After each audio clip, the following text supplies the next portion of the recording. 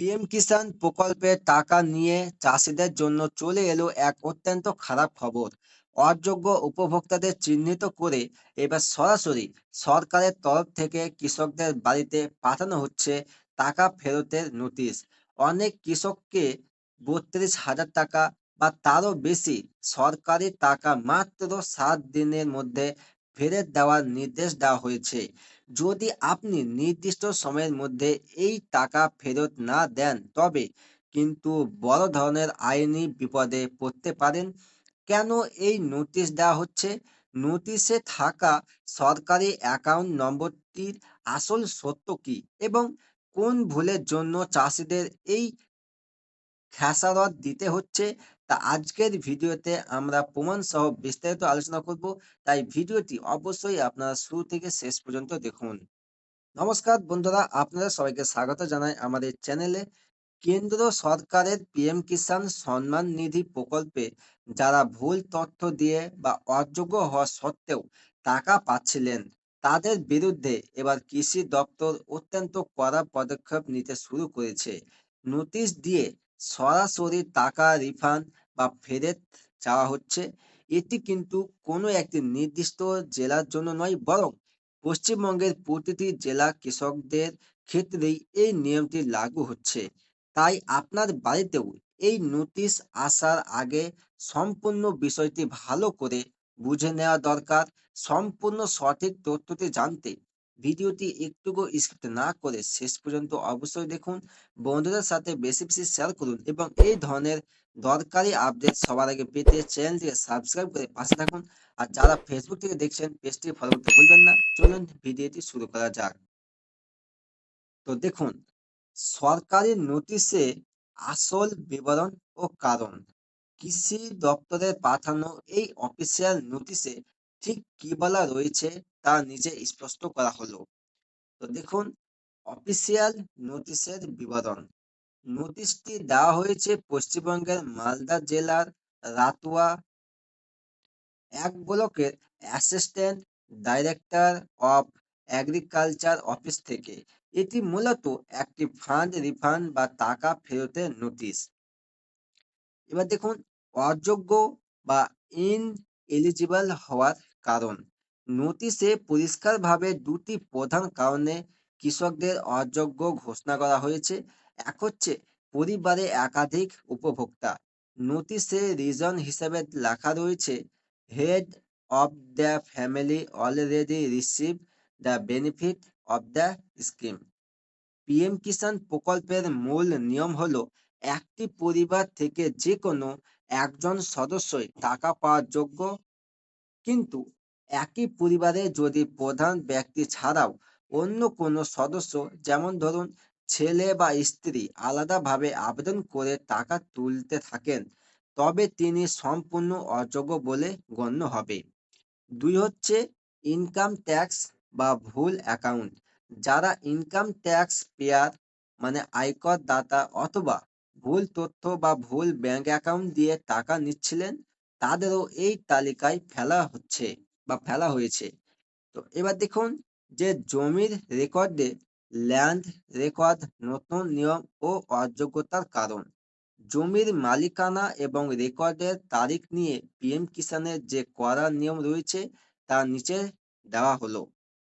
তো দেখুন, 2019 সালের পরে জমি রেকর্ড। পিএম কিষাণ প্রকল্পের গাইডলাইন অনুযায়ী যদি আপনার জমি কেনা বা উপহার হিসেবে পাওয়া জমি হয়ে থাকে, তবে সেই জমি রেকর্ড অবশ্যই 12ই জানুয়ারি 2019 সালের আগে হতে হবে। যদি আপনার জমি রেকর্ড 2019 সালের পরে হয় এবং তা দিয়ে আপনি পিএম কিষাণের টাকা তুলে থাকেন, তবে আপনি অযোগ্য বেনিফিশিয়ারি হিসেবে চিহ্নিত হবেন এবং আপনাকে টাকা ফেরত দিতে হবে। এবার দেখুন, উত্তরাধিকার সূত্রের ছাড়। কেবলমাত্র যদি কোনো কৃষক উত্তরাধিকার সূত্রে বংশ পরম্পরায় বা বাবার মৃত্যুর পর ওয়ারিশান হিসেবে 2019 সালের পরে জমির মালিকানা পেয়ে থাকেন এবং তারপর পিএম কিষাণের আবেদন করেন, তবেই তিনি টাকা পাওয়ার যোগ্য থাকবেন। কেনা জমি দিয়ে 2019 সালের পরে কোনোভাবেই টাকা পাওয়া যাবে না। এবার দেখুন যে 7 দিনের মধ্যে 32,000 টাকা ফেরত দেওয়ার প্রক্রিয়া। টাকা ফেরত দেওয়ার ক্ষেত্রে নোটিশে যে কড়া নির্দেশ ও পদ্ধতি দেওয়া হয়েছে তা নিম্নরূপ। দেখুন, 32,000 টাকা রিফান্ড। নোটিশ পাওয়ার কৃষকরা এ যাবৎ মোট 16টি কিস্তি বা ইনস্টলমেন্টে টাকা পেয়েছেন।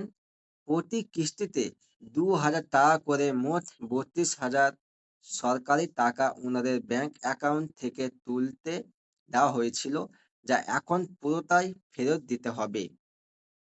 এবার দেখুন, 7 দিনের ডেডলাইন ও ব্যাংক অ্যাকাউন্ট। নোটিশ ইস্যু হওয়ার দিন থেকে ঠিক 7 দিনের মধ্যে নোটিশে উল্লেখিত নির্দিষ্ট সরকারি ব্যাংক অ্যাকাউন্ট নম্বর, ব্রাঞ্চের নাম এবং আইএফসি কোড ব্যবহার করে টাকা ট্রান্সফার করতে হবে। এবার দেখুন, কৃষি অফিসে রিসিভড কপি জমা। টাকা ফেরত দেওয়ার পর ব্যাংক থেকে যে রিসিভড কপি বা ট্রানজ্যাকশন স্লিপ পাওয়া যাবে তার জেরক্স কপি নোটিশের নিচে অংশে থাকা নির্দিষ্ট বক্সে, যেখানে ব্যাংকের নাম, ব্রাঞ্চ, অ্যাকাউন্ট নম্বর, রিফান্ডের পরিমাণ, ডেট অফ বার্থ, ট্রান্সফার এবং ট্রানজ্যাকশন নম্বর বসানো জায়গা রয়েছে, পূরণ করে কৃষি দপ্তরের অফিসে গিয়ে জমা করতে হবে। এবার দেখুন, আধিকারিকদের ভুল ও কৃষকদের খেসারত। ভিডিওর এই অংশে পিএম কিষাণ প্রকল্পের ভেরিফিকেশন ব্যবস্থার ত্রুটি নিয়ে কৃষকদের ক্ষোভ তুলে ধরা হলো। এক হচ্ছে, ভেরিফিকেশনের দায়িত্ব কার ছিল? পশ্চিমবঙ্গে যখন প্রথম পিএম কিষাণ প্রকল্প চালু করা হয়েছিল, তখন কৃষকরা এই সমস্ত জটিল নিয়মের বিষয় জানতেন না। কৃষকরা তাদের কাছে থাকা ডকুমেন্ট দিয়ে আবেদন করেছিলেন মাত্র, কিন্তু সেই আবেদনগুলো সঠিকভাবে যাচাই বা স্ক্রুটিনি করে অনুমোদন দেওয়ার মূল দায়িত্ব ছিল কৃষি দপ্তরের আধিকারিকদের। আধিকারিকরা যদি আবেদনের শুরুতেই ভেরিফিকেশন করে অযোগ্যদের বাদ দিয়ে দিতেন, তবে আজ কৃষকদের এত বড় সমস্যার মুখে পড়তে হতো না। কৃষি দপ্তরের আধিকারিকদের ভুলের খেসারত আজ গরিব চাষিদের দিতে হচ্ছে, যা সত্যি অত্যন্ত দুঃখজনক। কারণ হঠাৎ করে সাধারণ কৃষকদের পক্ষে একবারে 32,000 টাকা জোগাড় করে 7 দিনের মধ্যে ফেরত দেওয়া কার্যত অসম্ভব। সংক্ষেপে বলতে গেলে, পিএম কিষাণ প্রকল্পে পরিবারের একের বেশি টাকা নেওয়া বা 2019 সালের পরে জমি রেকর্ড থাকলে কৃষি দপ্তর থেকে টাকা ফেরতের নোটিশ পাঠানো শুরু হয়েছে। এই বিষয়ে কৃষি দপ্তরের এই কড়া সিদ্ধান্তের ওপর এবং আধিকারিকদের এই ভুলের ওপর আপনাদের কি মতামত, তা নিচে কমেন্ট করে অবশ্যই জানাবেন। আপনাদের এলাকায় কারোর বাড়িতে এমন নোটিশ এসেছে কিনা তাও জানাবেন। ভিডিওটি ভালো লাগলে লাইক ও বেশি বেশি শেয়ার করে পশ্চিমবঙ্গের সমস্ত চাষি ভাইদের সতর্ক করে দিন। দেখা হবে পরবর্তী ভিডিওতে। ধন্যবাদ।